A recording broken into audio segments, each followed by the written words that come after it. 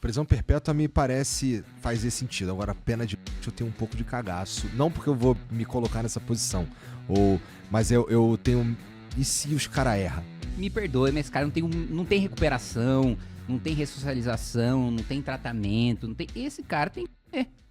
E outro debate que eu tô levantando, que também precisaria de uma nova Constituição, porque é cláusula pétrea, é ter prisão perpétua e pena de morte. Que também, junto nesse plebiscito, eu colocaria a pergunta: nessa nova Constituição, você concorda que ela deveria ter pena de morte? Eu concordo que ela deveria ter prisão perpétua? Porque também acho, primeiro, todos os países não, a maior parte dos países da OCDE, a maior parte dos países desenvolvidos tem.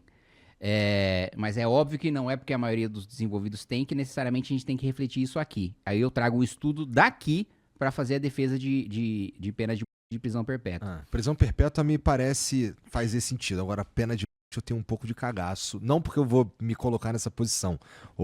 Mas eu tenho... E se os caras erram? Vamos lá. Eu acho que precisa ter, sim, um grau de certeza. Eu acho que a gente não pode deixar a decisão para um único juiz. Hoje, por exemplo, crime doloso contra a vida. Se você mata uma pessoa, você não é julgado por um juiz. Você é julgado por um júri. Uhum. Então, eu já acho que, assim, pena de morte tem que ser um júri. Pode até ser no modelo americano. Tem que ser unânime. Todo mundo tem que falar: não, esse cara tem que morrer. Senão, tem um novo julgamento ou todo mundo diz: não, esse cara não tem que morrer. Todo mundo diz, aí, até ter um consenso vai se fazendo novos julgamentos. Mas eu vou te narrar um caso, então. Em São José dos Campos, né, nesse ano, poucas semanas, aconteceu o seguinte. Tinha uma cantora gospel, né, que se separou do marido. Ela tinha uma irmã e 3 filhos, né? E aí, o ex-marido, né, bravo ali com a separação, ele basicamente estuprou ela, né, na frente da irmã e dos 3 filhos. Matou ela, depois matou 2 filhos, tentou matar o terceiro, não conseguiu matar o terceiro, e disse que ia deixar a irmã viva, né, como testemunha de ter visto tudo aquilo, e que ele sabia que ia ser preso, mas que ele ia ser solto e ia voltar pra terminar o serviço. Pra mim, esse cara não tem nem prisão perpétua pra esse cara. Assim, um sujeito que estupra uma mãe na frente dos filhos, depois mata a mãe, depois mata os filhos na frente da irmã, ainda diz pra irmã que vai voltar, vai sair da cadeia pra terminar o serviço. Me perdoe, mas esse cara não tem recuperação, não tem ressocialização, não tem tratamento, não tem... Esse cara tem que ter. Com certeza, um cara só chega a esse ponto aí por causa da certeza de alguma impunidade. Não é de alguma. No Brasil é de total impunidade, né? O estudo que eu ia te falar, que foi feito há 2 anos, né? Um sujeito chamado Peri Shikkida, que é especialista em economia do crime, né? Inclusive tem um sujeito que ganhou um prêmio Nobel, né? Que é a teoria que o Peri Shikkida utilizou como base, que é o Gary Becker. E ele fez uma pesquisa aqui no estado de São Paulo, né? E ele faz pesquisas periódicas, né? Do mesmo gênero. E ele entrevistou 400, né, presos por crimes contra o patrimônio aqui no estado de São Paulo. Né? 80% dos presos, eles próprios, não é um especialista em segurança pública, não é um policial, não é um promotor, não é um juiz, não é um secretário de segurança, não é o ministro da Justiça, são os próprios presos. 80% dos presos disseram que se tivesse pena de morte e prisão perpétua, eles nunca teriam cometido um crime. Esse é o primeiro ponto. Imagina a gente ter 80% de crimes a menos. 2. A principal razão pela qual eles admitem que cometeram crimes é por dinheiro fácil. Não é porque tava passando fome, não é porque é pobre, não é porque tava passando necessidade, não é porque se sentia injustiçado pelo capitalismo, porque via o Playboy andando de Nike e ele fudido. Não, é porque dinheiro fácil. Interessante isso daí. Isso daí é uma informação que eu não tinha mesmo. Hoje mesmo eu tava conversando com um cara e eu tava argumentando de uma outra forma, porque eu não tinha essa informação aí.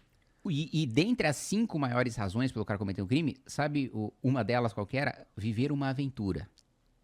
Então, assim, o cara acha legal. Assim, ele tá num nível de não ter referência moral, né? De olhar pra alguém, ter como... Pô, esse cara é um símbolo... Bom, no meu caso, é o meu pai, né? Pô, esse cara é um símbolo de honestidade, de trabalho duro. Pô, é ele que eu aspiro ser um dia. Esse cara não tem uma referência moral, não tem nenhuma referência moral a ponto de cometer um crime pra viver uma aventura. Outra coisa, renda média do bandido no estado de São Paulo. 40 mil reais por mês. 40 mil reais por mês. O cara ganha mais que tu. Isso limpo. Pois é, porque o dele é limpo ainda. Não paga imposto nenhum, não paga previdência, não paga imposto de renda. Mas também não tem molezinha de terno, nem de... Fundão eleitoral. Aí você tá subestimando o crime, né? Olha, tem muito bandido faccionado de terno, né? Inclusive bandido faccionado de terno com mandato, bandido faccionado de terno de juiz, bandido faccionado de terno promotor, bandido faccionado de terno advogado, enfim. É verdade. Então, assim, tem uma razão, primeiro, a questão da economia do crime, né? Vale a pena. Porque, ó, a chance de você abrir uma padaria e em 5 anos você não ter falido é, sei lá, 20%. A chance de você cometer um assalto e nunca descobrirem que foi você é de 98%. De não descobrirem, tá? Eu não tô falando que os 2% são presos. Eu tô falando que os 2% a polícia identificou que foram eles. Eu nem sei depois se o promotor denunciou, se ele virou réu, se ele foi condenado, se ele fugiu, se ele foi preso, se transitou em julgado, se ele foi preso preventivamente. Não tô nem falando que os 2% são presos, tô falando que os 2% são descobertos. Que é o número que a gente tem de crime contra o patrimônio. E isso ainda a gente pega o Sudeste, que a Secretaria de Segurança Pública tem dados, né? Se você vai pra frente, é pior ainda. Entendi. Então, assim, é certeza da impunidade, é muito dinheiro, é dinheiro fácil e não tem referência moral. Entendi. Porra, tem um monte de mensagem pra gente aqui, só que tem um monte que não tem nada a ver com o que a gente tá falando aqui, cara. Então eu vou dar play nessas aqui já, tá bom, família? Porque tem uma porrada de coisa pra gente falar também. Aqui Enquanto tem isso, você podia chamar a chefia, ou meu general, ou meu consagrado, fazer um refil aqui pra nós. Ah, boa. Aí... Bom, e aí, cara, a gente tava falando aí de uma nova Constituição. Eu só não entendi direito, me ajuda aí. Precisa fazer o plebiscito. Assim, não existe. Isso é uma coisa que o Marcos Lisboa, que é foi o presidente do INSPER, um economista, ele diz o seguinte: olha, a nossa Constituição, ela não prevê o próprio fim. Então, assim, não tem um procedimento pelo qual a gente chama uma nova Constituinte.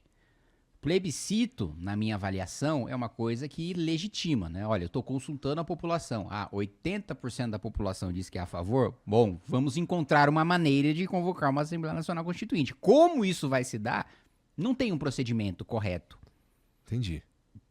Então isso daí vai ter que ser a missão da tua vida, né? Com certeza. Tu tá nessa. Mas aí dá pra fazer isso sendo deputado? Tem que ter em outro cargo? O que... Na verdade, assim, quando se convoca uma Assembleia Nacional Constituinte, você chama uma eleição para deputado constituinte, né? O deputado que é eleito para fazer a Constituição. Eu, inclusive, defendo que, para que não ocorra como na Constituição de 88 e venha um monte de lobby encaixar o seu interesse corporativista na Constituição, que o deputado constituinte, ele fique inelegível por 8 anos. Porque assim, ele não pode escrever a Constituição pensando na próxima eleição que ele vai disputar. Ele tem que fazer a Constituição falando, olha, eu vou ficar 8 anos, ninguém nem vai ver meu nome. Pra ele fazer a Constituição falando, não, eu tô pensando mais no legado que eu vou deixar do que no discurso que eu vou ter na próxima eleição. Tu entraria numa dessa? Com certeza, de olho fechado. Porra, minha preocupação é muito maior. Quer dizer, a minha única preocupação é o legado que eu vou deixar. Gostou desse corte? Curta e compartilhe. Não deixe de se inscrever no canal e ativar as notificações.